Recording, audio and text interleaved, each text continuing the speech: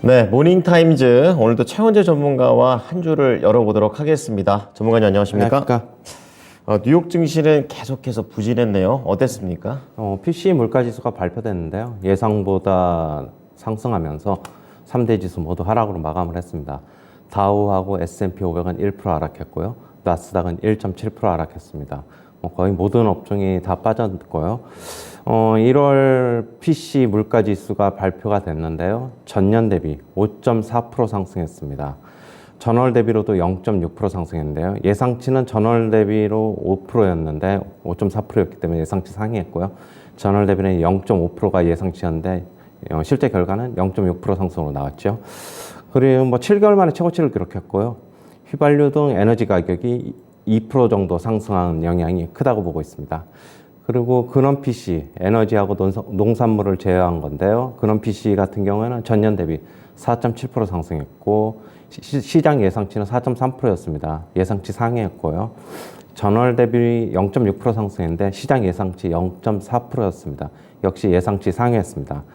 지금 이렇게 1월 소비도 크게 증가 또 했는데요. 전월 대비 1.8% 상승했습니다. 12월에 마이너스 0.1%였는데 상승으로 크게 반전됐고요.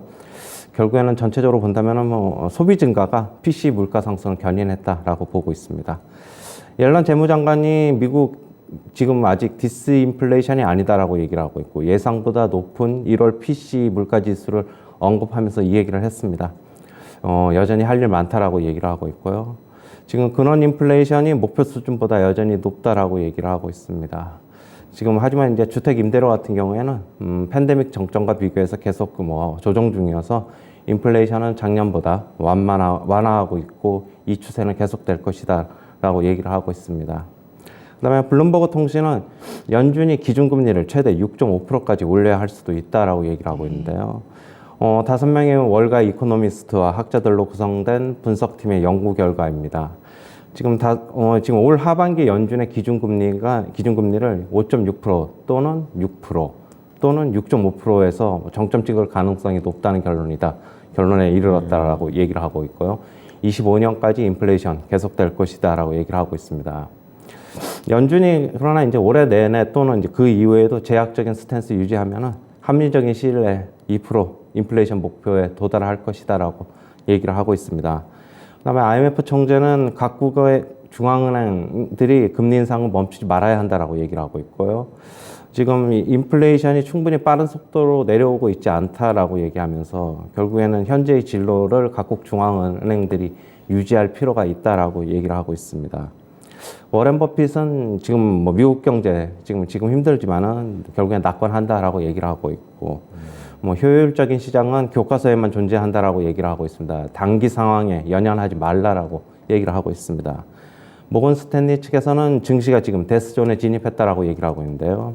현 증시가 지금 산소 부족한 정상의 에베레스트에 올라온 셈이다라고 얘기를 하고 있습니다. 즉 위험 구간에 진입했다라고 얘기를 하고 있고요. 상반기 중에 S&P 500 3,000포인트 선까지 떨어질 위험이 있다라고 얘기를 하고 있습니다. 오늘 국내 증시는 하락할 것으로 예상합니다. 네네. 자, 우선은 PC 물가 지수가 상승하게 되면서 이제 이것 때문에 시장이 좀 많이 내려가는 모습인데요. 좀 세부적으로는 좀 판단을 좀 달리하는 그런 내용들도 있더라고요. 우선 왜 올랐는지 그거 좀 자세히 알려주십시오. 아까도 얘기했듯이 휘발유 등 이제 에너지 가격에서 2% 상승한 영향이 크고요.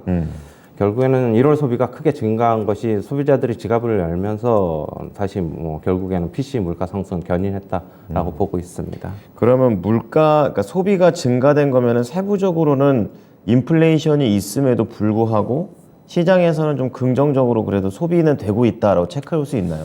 그런데 이게 아직까지 고용이 견조하게 유지를 하니까 아직까지 쓸 돈이 좀 있다고 보고 있고 실업률이 아직 워낙 견조하잖아요. 네. 그렇게 되면 실직자들이 많이 안 늘어나니까 아직 매달 급여를 받으면 그래도 소비는 유지하잖아요. 그건 그렇고 그다음에 물론 예전보다 안 좋아지고 있어가지고 그런데 신용카드로 좀 대체하는 게 아닌가 그렇게 보고 있습니다. 아, 그렇군요.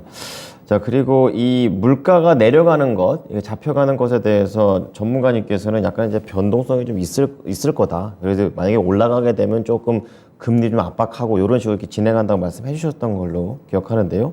이번 PC 물가지수는 그러한 맥락에서 그러니까 변동성을 좀 보이는 정도의 상승으로 봐도 됩니까? 예상보다 조금 이렇게 전망치보다 높게 나왔기 때문에 네네. 결국에는 미국 증시에 부담을 준 것으로 보고 있고 저는 조금 전에 앵커님이 얘기한 대로 결국엔 그 과정인데 제가 계속 말씀드리는데 하지만 인플레이션 2%까지 가기에는 상당한 시간 걸릴 것으로 저희가 계속 말씀드렸고 그렇게 따진다면 고금리도 상당한 시간이 더 지속될 것이다라고 말씀드렸잖아요. 네. 결국엔 그 맥락에서 봐야 되고 결국에는 떨어지긴 떨어지는데 얼마만큼 시간을 가지고 인플레이션 목표치, 연준의 목표치 2%까지 도달하느냐. 그러면 고금리가 얼마만큼 지속되느냐가 결국 핵심 키포인트인 것으로 보고 있습니다. 네. 지금 봐서는 2%까지 도달하는데 후년에나 도달하지 않을까 뭐 이런 생각도 듭니다. 자, 그럼 옐런 재무장관이 또 이런 얘기를 했습니다. 그 디스인플레이션, 파월 의장의 발언에서 시작됐던 그런 단어가 되겠는데요. 아직 아니다. 그러니까 인플레이션은 계속된다. 이렇게 얘기를 하고 있습니다. 그리고 그 내용 중에서 좀 지금 주의 깊게 봤던 거는 강한 노동 시장을 유지하면서 인플레이션이 낮추는 게 가능하다라는 그런 얘기도 했는데 이 부분에 대해서는 어떻게 평가하십니까? 여태까지 한 번도 그런 적이 없어가지고 개인적으로는 뭐 경제학 원론적인 입장으로는 불가능할 것으로 보고 불가능하다. 있습니다. 예. 그렇군요. 그리고 옐런 재무장관 같은 경우에는 이런 디스인플레이션에 대해서 아직 아니라고 얘기하지만 이 강성 매파인 세인트루이스 연은 총재 같은 경우에는 의미 있는 디스인플레이션이 이제 뭐 지표로 좀 나오고 있다라는 평가도 보도가 됐더라고요. 이 부분에 대해서는 어떻게 보십니까? 저는 앨런 재무장관의 가장 뭐 디스인플레이션 아직 아니다라고 얘기했지만은 조금 이제 세부적으로 들어가면은 네. 결국에는 인플레이션 꺾일 것이다라고 앨런 재무장관은 보고 있어요. 그 이유는 이제 주택 임대료. 아직까지는 CPI 반영이 임대료 하락이 뭐 주택 가격이 하락하는 것이나 아직 반영이 좀 덜 되고 있지만은 네. 지금 시장에서는 이미 꺾여져 내려오고 있잖아요. 그렇게 본다면은 이 통계 수치는 6개월 후에 잡힌다. 결국엔 제가 계속적으로 2분기 정도 좀 지나야 된다라고 보고 있어가지고 결국 상반기 지나면은 조금 지금보다는 훨씬 좀 내려가면서 결국에는 좀 한숨 돌리지 않을까. 저는 연말까지는 네, 3% 중반 낮으면은 3%. 아니면은 4% 초반 정도에서까지는 내려오는 게 가능하지 않을까 그렇게 보고 있어요. 네네. 자, 그럼 이렇게 뭐 매파적인 발언과 이런 여러 가지 섞인 상황에서 이날 CME 패드워치를 보니까 하루 전 기록에서 25bp나 50bp나 지수는 이제 하락을 했는데 그거는 전혀 변동이 없더라고요. 그러면 이거는 해석을 어떻게 해야 되는지 좀 궁금합니다. 뭐 그만큼 이제 뭐 빅스텝이나 아니면 금리 인상이 조금 더 시장 예상보다 좀 길어질 수 있다. 뭐 그렇게 좀 봐야 되겠는데요. 아직까지는 그래도 3월 25bp 뭐 계속 그 전망이 우세한 만큼 조금 더 계속적으로 좀 변동성은 좀 체크를 해봐야 되겠습니다. 3월 14일인가 CPI가 발표되는 것으로 알고 있는데 그 전까지는 계속 변동성이 좀 왔다 갔다 할 것으로 좀 보고 있어요. FOMC 하기 전에 다시 한번 또 CPI 보면서 또 시장을 대응을 해봐야 될 것 같습니다. 자, 그러면 이제 블룸버그 얘기를 좀 넘어가 보겠습니다. 이거는 좀 연준이 최대 6.5%까지 올려야 할 수도 있다. 그러니까 너무 많이 올리는 것 같은데 들은 것 중에 제일 높았던 것 같습니다. 이유가 어디에 있습니까? 제가 항상 말씀드리지만 다른 거 볼 필요 없다. 뭐 PC 물가지수 봐야 되고 CPI도 봐야 되는데 3월 14일 날에 CPI가 발표되는 것으로 알고 있는데 만약에 CPI까지 이번에 조금 예상치보다 높으면 연준은 조금 고민에 들어갈 것으로는 일단 보고 있어요. 더 세게 올린다는 얘기죠. 빅스텝을 할지 안 할지 아니면은 5월까지가 아니라 6월까지도 뭐 월가에서 예측하는 대로 지금 이쪽에 좀 배팅이 좀 더 늘고 있는데 결국엔 여름 정도까지 금리 인상이 좀 더 길어질 수 있다. 뭐 조금 고민이 좀 깊어질 것으로 보고 있고요. 6.5%까지 올려야 한다라고 할 수 얘기를 하는데 저도 저번에 얘기했잖아요. 안 되면은 6%가 아니라 저는 뭐 7%, 8%까지도 계속 올려야 될 것으로 보고 있어요. 뭐 하지만 지표 보고 판단해야지 아직까지는 그렇고 결국에는 이쪽에서 얘기하는 그거예요. 저랑 똑같은데 25년까지 인플레이션 잡히지 않을 것이다라고 보고 있고 내년이 아니라 후년까지도 안 잡힌다. 내려는 오겠지만 연준이 목표치로 하는 2%까지 가기에는 뭐 상당한 고통이 따르면서 결국에는 2% 이상 되면은 인플레이션이다라고 보고 있어가지고 결국에는 금리를 계속 올려야 될 것으로 보고 있고요. 지금 기준금리 상단이 4.75잖아요. 네네. 지금 그리고 어제 이제 근원 PC 물가지수가 전년 대비 4.7% 상승했어요. 실질 금리가 그렇다고 보면 제로다. 지금 뉴욕 연은에서 지난해 발표했는데 실질 금리가 플러스 1.5 이상이 돼야지 네. 물가 잡힐 거, 인플레이션 잡힐 것이다라고 했는데 네. 그렇게 따지면 4.7이라고 보면은 결국에는 한 6.2 내지는 월가 측에서는 실질 금리가 어떤 이코노미스트는 2% 정도까지 가야지 물가 잡힐 것이다라고 보면은 1.5에서 2%. 네. 그러니까 6.2에서 6.5 사이 정도까지는 가야지 물가 잡히지 않느냐 그렇게 보고 있습니다. 그럼 이게 6.5가 그렇게 오버된 수치는 아니다라는 걸로 좀 알 수가 있겠고요. 또 이렇게 6.5로 올린다는 거는 결국에는 금리 인하 가능성은 더 뒤로 밀린다라고도 해석해 볼 수 있는 거죠. 당연하죠. 지금 뭐 금리 인하는 생각을 해볼 수도 없어요. 저도 뭐 계속 지난해서부터 말씀드리는데 월가가 너무 앞장서고 그냥 트레이더들이 그냥 너무 가격이 낮으니까 낙폭이 크고 가격이 낮다고 생각하니까 배팅을 하면서 분위기를 주도한 거지. 저는 뭐 그때서부터 뭐 실질적인 지표 봐야지 된다라고 저는 계속 말씀드렸습니다. 네.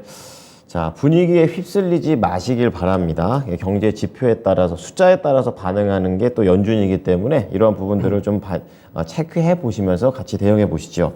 자, 다음은 IMF 총재가 얘기를 좀 한 것이 각국의 중앙은행은 금리 인상을 멈추지 마라. 어떤 뭐 나라마다 사정이 다를 것 같긴 한데 지금은 그래도 다 같이 계속 올리자라는 거를 강조하는 거네요.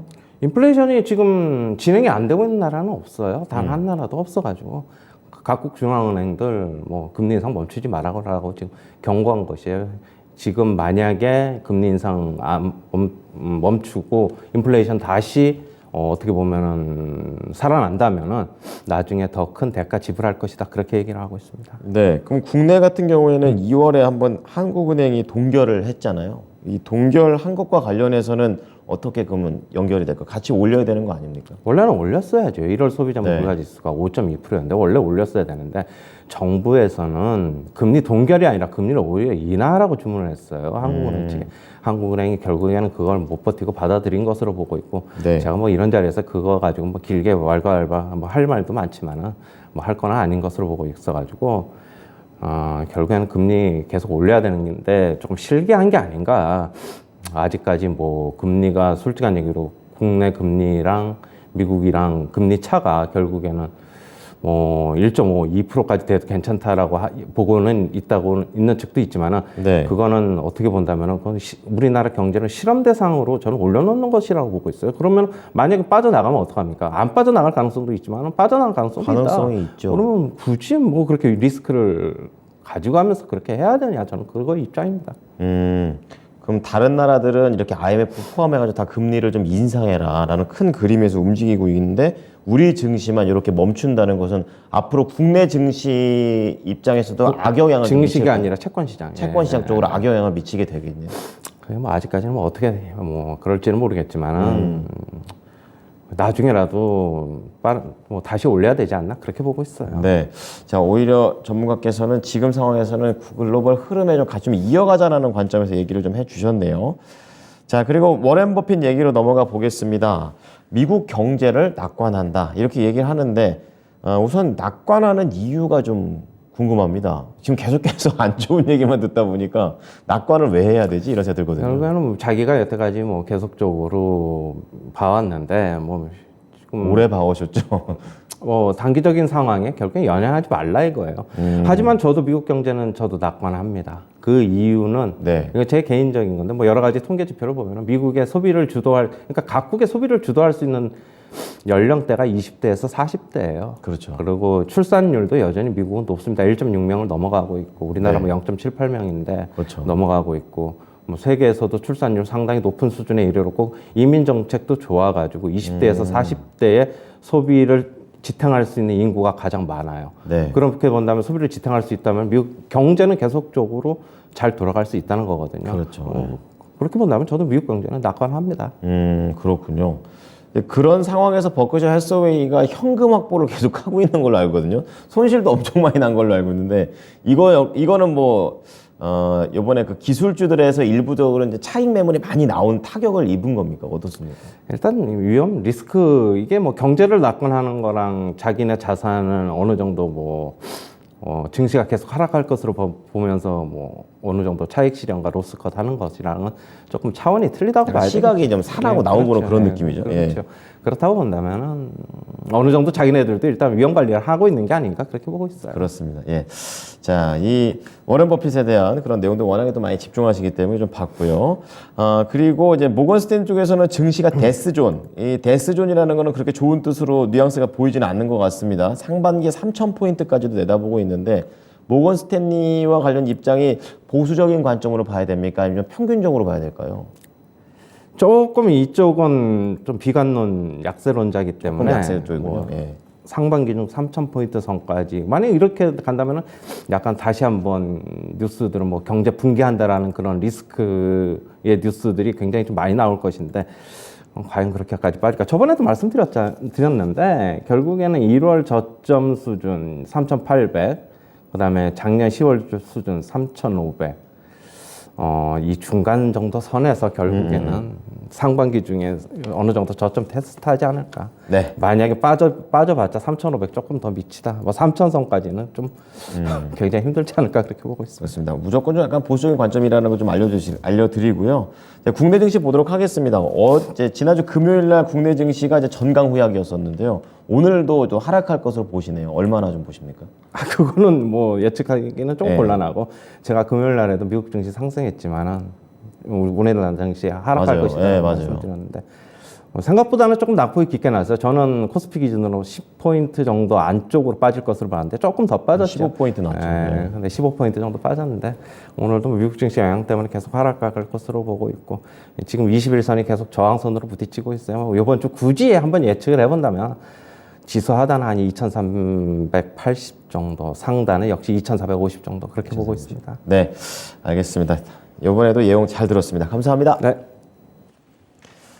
자, 모닝타임즈 최원재 전문가와 함께 해봤습니다.